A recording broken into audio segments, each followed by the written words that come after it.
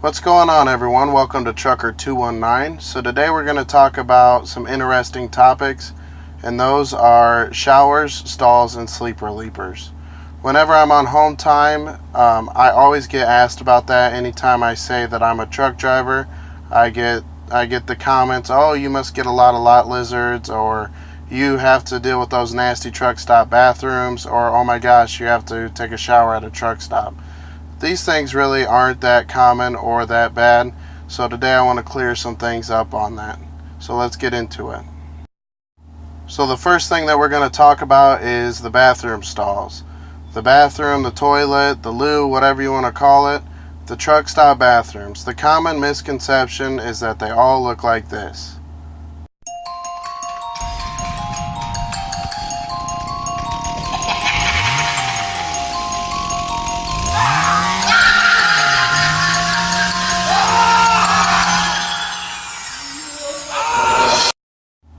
Frankly, I've never come across any bathrooms that look this terribly bad. For the most part, they're pretty good. Only about maybe 5 to 10% of the time do they look in rough shape.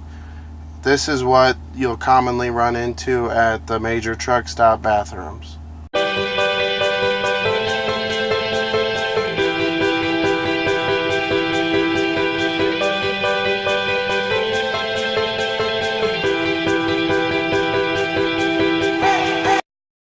So as you can see, they're all in pretty modern, up-to-date shape, and they're relatively clean. You got to consider the fact that you got traffic in there all day long, and they're constantly being used. So from time to time, you'll find some scraps of toilet paper on the floor or something like that, just from being used.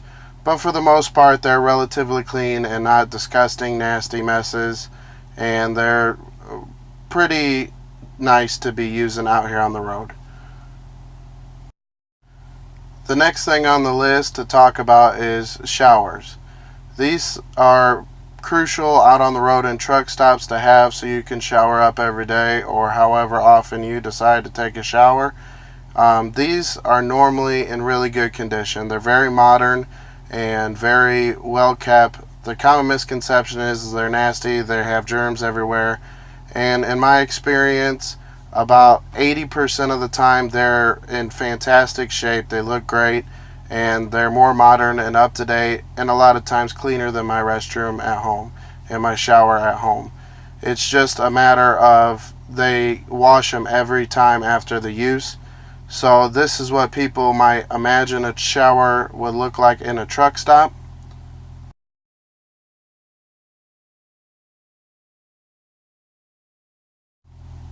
And that's just not the case. Most of the time they're really clean.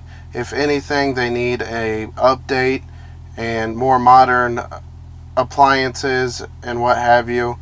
But other than that, they're generally in good condition like the ones you see here.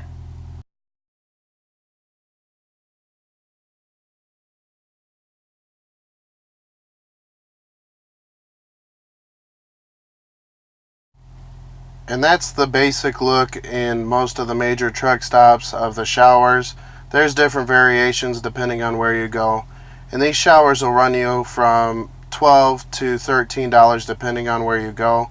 But if you use your fuel points card at the truck stop when you get fuel, then you are going to get a free shower with every 50 gallons of fuel you get. And that's generally the common denominator among all the truck stops, is with 50 gallons of fuel you get a free shower, and that's very helpful to cut down on money spent out here on the road. The next thing we're going to talk about is sleep relievers, lot lizards, truck stop prostitutes.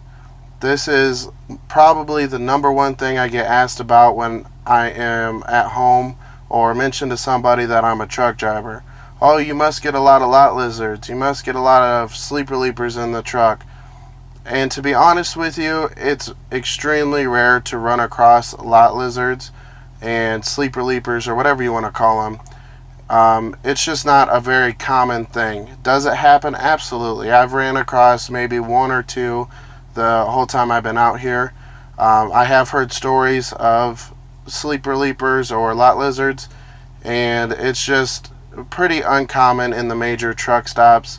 As long as you're staying in the big truck stops at night where there's a security well lit, you're really not going to run into them.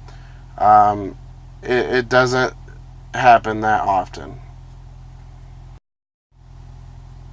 So if you are approached by a lot lizard, just say no thank you, I'm not interested. No matter who is approaching you asking if you want some company for the night, or any other type of way of asking if you want to sleep with them, no matter who is doing it, it's not a good idea. If they're looking like this,